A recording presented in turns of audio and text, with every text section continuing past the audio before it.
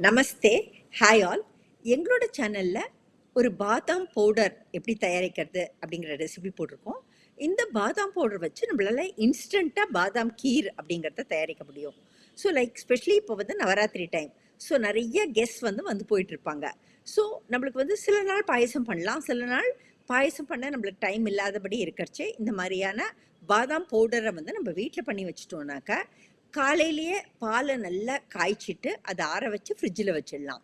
So சில் பால் நம்மளுக்கு ஃப்ரிட்ஜில் அவைலபிளாக இருக்கும்.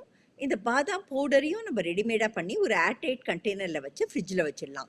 எப்போ தேவையோ அப்போ அந்த கண்டெய்னரை வெளில எடுத்து தேவையான அளவு பாதாம் பவுடரை யூஸ் பண்ணி திருப்பியும் அந்த பாதாம் பவுடர் கண்டெய்னரை அப்படியே ஃப்ரிட்ஜில் வச்சிடலாம்.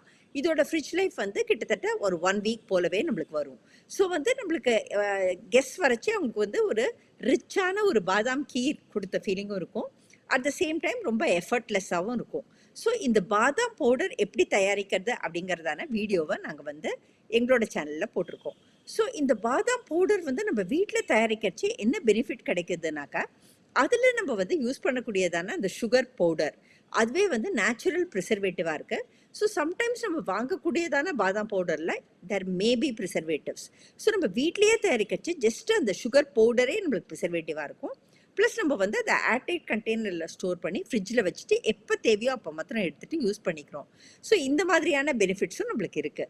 ஸோ கண்டிப்பாக நீங்கள் எங்கள் சேனலில் நாங்கள் போஸ்ட் பண்ணதான பாதாம் பவுடர் அண்ட் இன்ஸ்டன்ட் பாதாம் கீர் அப்படிங்கிற ரெசிபியை போய் பாருங்கள். உங்களுக்கு பிடிச்சிருந்தாக்கா எங்கள் சேனலுக்கு லைக் பண்ணுங்கள், சப்ஸ்கிரைப் பண்ணுங்கள் அண்ட் ஷேர் பண்ணுங்கள். Thank you all.